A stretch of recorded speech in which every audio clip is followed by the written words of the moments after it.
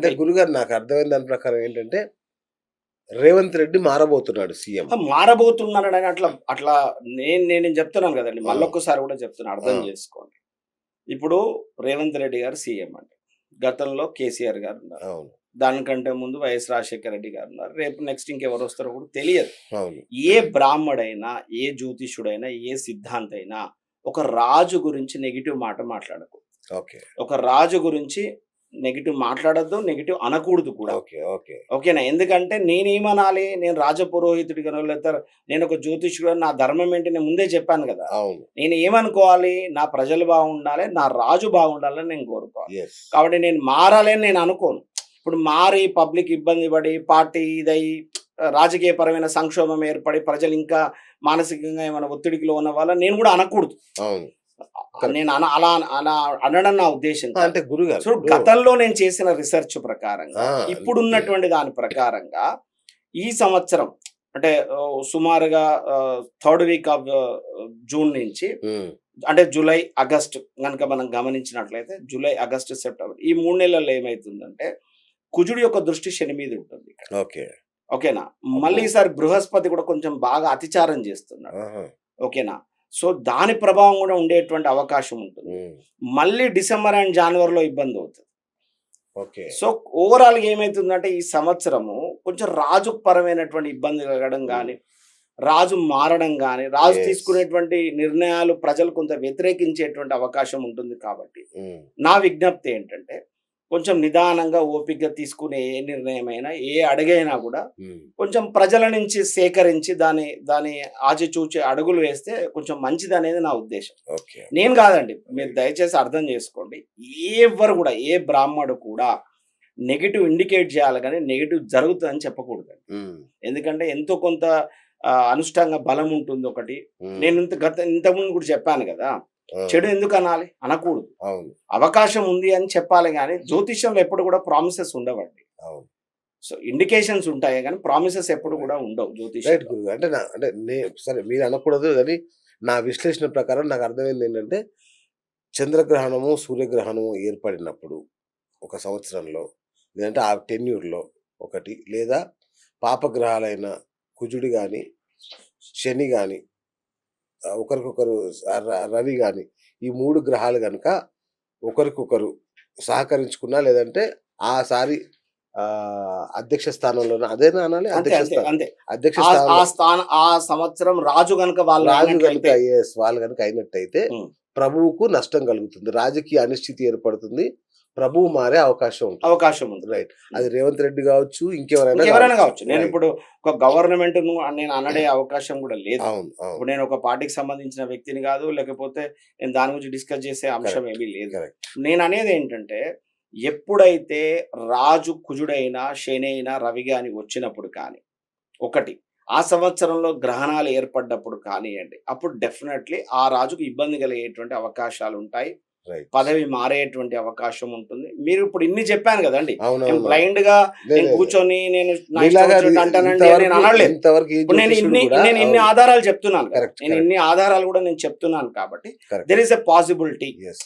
జరగాలని నేను అనను. నేను నాకు జరగకూడదని తెలిసి అనుకుంటాను. నాకు తెలిసి గురుగారు ఇంతవరకు ఏ జ్యోతిష్యుడు కూడా దృష్ట్యాంతాలతో, హ్మ్. ఉదాహరణలతో జరిగిన వాటితో కలిపి ఇంతవరకు ఎవరు చెప్పలా. నేను చెప్తున్నాను అయి తీరుతుందని చెప్పారే తప్ప సోదాహరణంగా చెప్పింది మాత్రం మీరొక్కరే. ఓకే. కాబట్టి ఖచ్చితంగా మేము దాన్ని కన్సిడర్ సో చేస్తాము. ఒక జ్యోతిష్యుడిగా అండి, రైట్.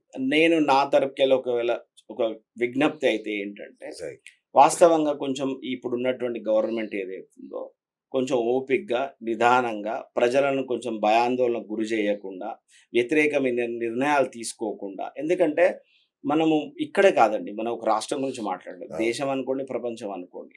చాలా విధాలుగా మనం ఒక 1 ½ ఇయర్ నుంచి స్ట్రక్ అయిపోయి ఉన్నాయండి. అవును. ఫైనాన్షియల్‌గా లేకపోతే అన్ని రకాలు కూడా స్ట్రక్ అయి ఉన్నాం. అవును. ఓకేనా? చాలా దారుణంగా ఉంది సో పరిస్థితి. అసలు ఇంకెప్పుడు రికవర్ అయితామో కూడా తెలియని పరిస్థితి ఉన్నది. ఒక 10 ఏళ్ళు వెనక్కిపోయిన ఆ! సిట్యుయేషన్ సో కదా! అలాంటి పరిస్థితి కాబట్టి, ఇంకా మీరు ప్రభుత్వాలు మారే పరిస్థితొచ్చి, మీరింకా తప్పుడు నిర్ణయాలు తీసుకొని, ప్రజల నుంచి ఇంకా ఒక వ్యతిరేకతను మీరు ఎదుర్కోవాల్సినటువంటి పరిస్థితి ఏర్పరచకుండా, కొంచెం జాగ్రత్తగా, నిదానంగా, ఓపికగా నిర్ణయాలు తీసుకోవాల్సిందిగా ఒక జ్యోతిష్యుడిగా అయితే నా విజ్ఞప్తి. Wonderful sir.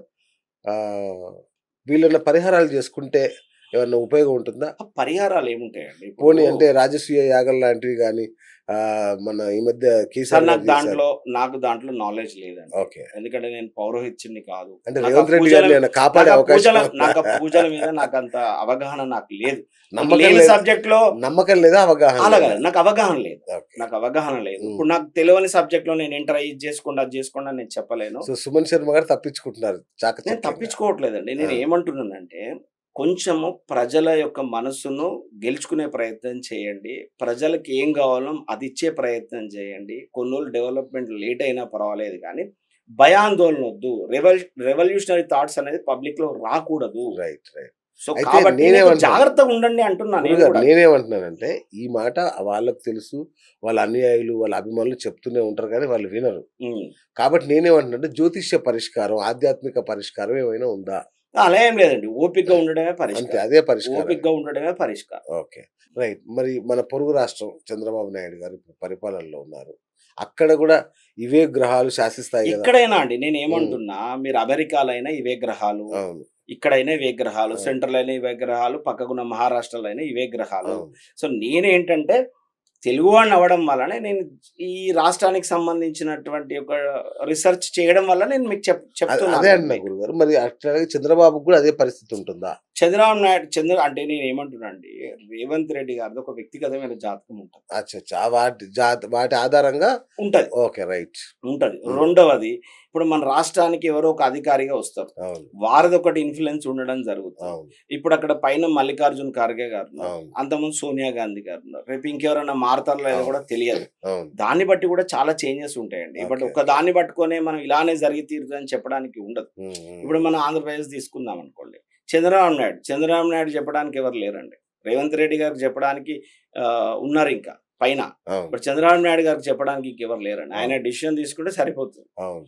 సో, ఇప్పుడు చంద్రబాబు నాయుడు గారి జాతకానికి గనుక వచ్చినామనుకోండి, వారికి కొంచెం అంటే ఈ మంత్ ఎండ్ అంటే ఇయర్ ఎండ్‌లో ఆ! అంటే డిసెంబర్ అండ్ జనవరిలో కొంచెం ఆయన మైల్డ్ హెల్త్ ఇష్యూస్‌తో కొద్దిగా సఫర్ అయ్యే అవకాశం ఉంటది. Okay.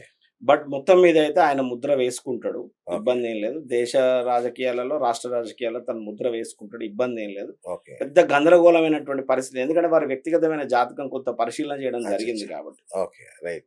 Hi friends, thank you for watching this video. ఈ వీడియో గనుక మీకు నచ్చినట్లయితే దయచేసి లైక్ చేయండి, షేర్ చేయండి.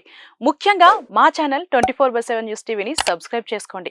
ఆ తర్వాత మీ విలువైన అభిప్రాయాల్ని, మార్పులు, చేర్పులు, కావాల్సిన వీడియో ఏమన్నా ఉంటే మన వీడియో కింద కామెంట్ సెక్షన్లో కామెంట్ రూపంలో తెలియజేయండి. నమస్కారం, సాయిదంచిక మాట్లాడుతున్నాను. ప్లీజ్ సబ్స్క్రైబ్, షేర్, లైక్ చేయండి 24/7 టీవీ ఛానల్. హాయ్ నమస్తే, నేను మీ Sonia Akula. Please subscribe to 24/7 news TV.